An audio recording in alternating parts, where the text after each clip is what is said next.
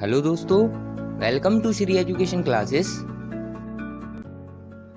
आज इस वीडियो में हम डिस्कस करेंगे क्लास 9th चैप्टर 12 एक्सरसाइज 12.1 का पहला क्वेश्चन।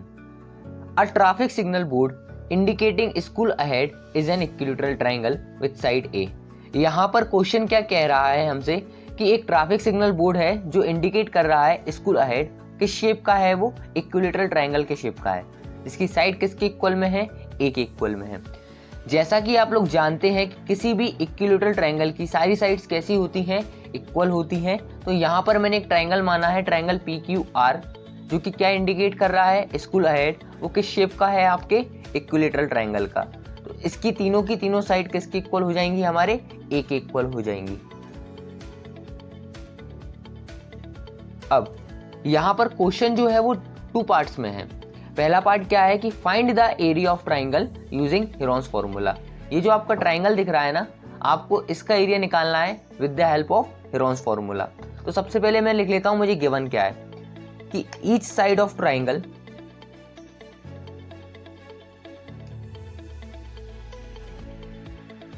यानी कि तीनों की तीनों साइड किसके इक्वल है, ए के इक्वल है।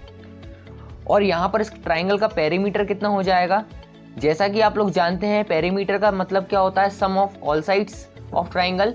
देयरफॉर इसका पेरीमीटर कितना हो जाएगा, a plus a plus a, यानी कि a plus a plus a is equal to 3a।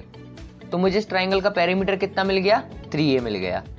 अब आगे उन्होंने क्या कहा है आपसे कि find the area of triangle using Heron's formula. तो सबसे पहले मैं लिखता हूं कि हीरोन्स फॉर्मूला क्या होता है। तो area of triangle is equal to under root में s minus a s minus b multiplied by s minus c. तो हीरोन्स फॉर्मूला हमसे क्या कहता है कि किसी भी ट्राइंगल का एरिया उसके इक्वल होगा अंडर रूट में s minus a s minus b s minus c. यहाँ पर ए बी सी जो है वो ट्राइंगल की साइड्स है।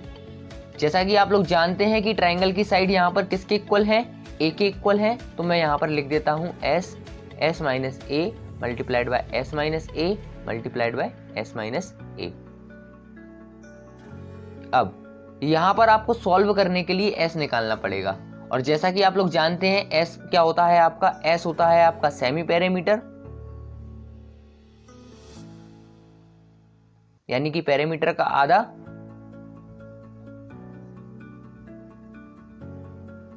इज इक्वल टू पेरीमीटर मेरा कितना था ट्राइंगल का, 3a divided by 2।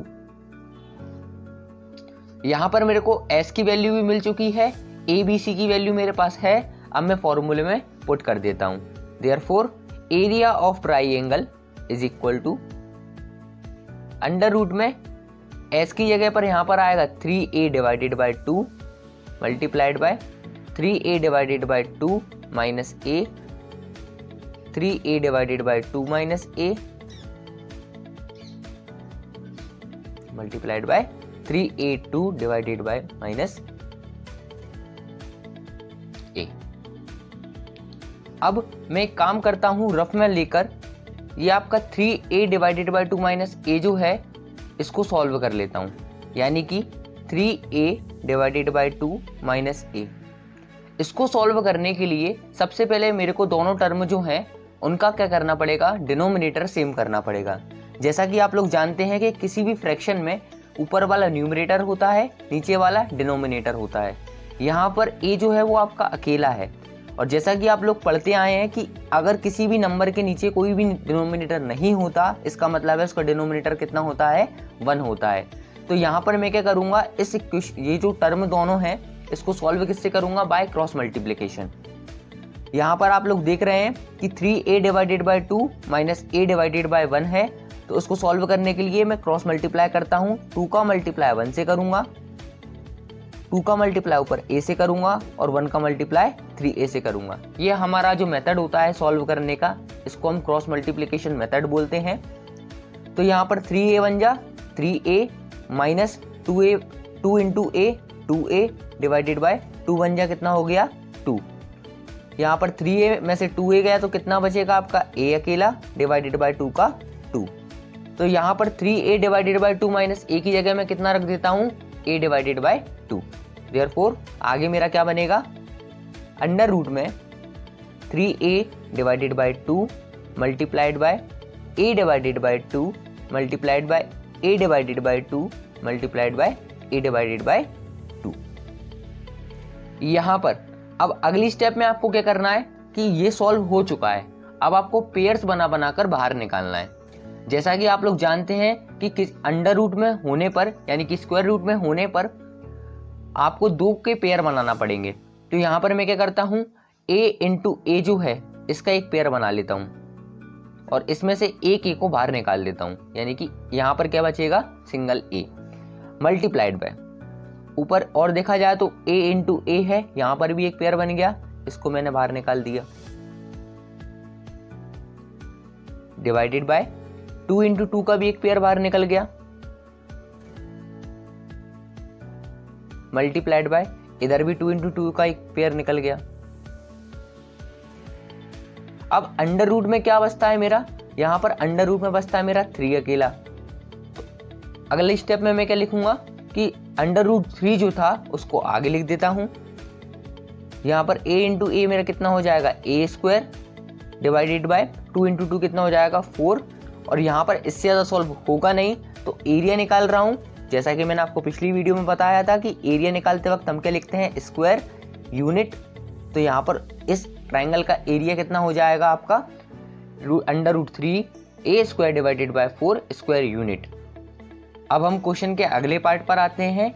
If it's perimeter is 180 what will be the area of the signal board. यहाँ पर क्या कह रहे हैं, आपको गिवन दे रहे हैं कि अगर ट्राइंगल का पेरीमीटर कितना हो गया 180 हो जाए तो उसका एरिया कितना होगा।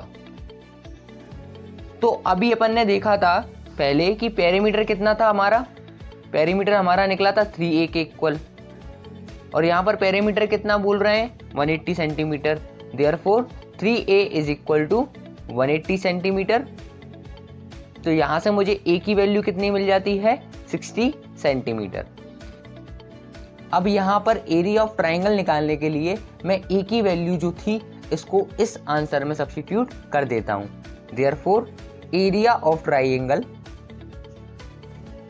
Is equal to under root में 3 डिवाइडेड बाय 4 इंटू ए की जगह a स्क्वायर की जगह पर क्या आ जाएगा 60 इंटू 60। तो यहाँ पर सॉल्व करने पर मेरा कितना बनेगा, 4 से अगर मैं इसको काटूंगा यानी कि मैं डिवाइड कर लेता हूँ, 4 से मैंने इसको काटा, 4 1 जा 4, 4 15 जा 60, यानी 15 4 जा 60 इज इक्वल टू 15 इंटू 60 कितना हो गया 900 अंडर रूट में 3। यहाँ पर यूनिट का कितना हो जाएगा स्क्वायर, स्क्वायर का स्क्वायर, और यूनिट की जगह पर यहाँ पर क्या आएगा centimetre. Therefore area of triangle is equal to 900 root 3 square centimetre और सेंटीमीटर स्क्वायर। यहां पर आपका area of triangle is equal to under root में 3/4 a स्क्वायर जो है ये आपका एरिया ऑफ इक्विलैटरल ट्राइंगल भी होता है।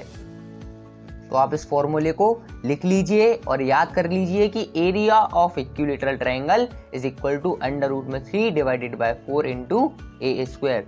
तो किसी भी इक्विलैटरल ट्राइंगल का डायरेक्ट फॉर्मूला आपके पास ये है। ऐसे ही इंटरेस्टिंग वीडियो देखने के लिए श्री एजुकेशन चैनल को सब्सक्राइब करें, लाइक करें और बेल आइकन को प्रेस करें। Thank you.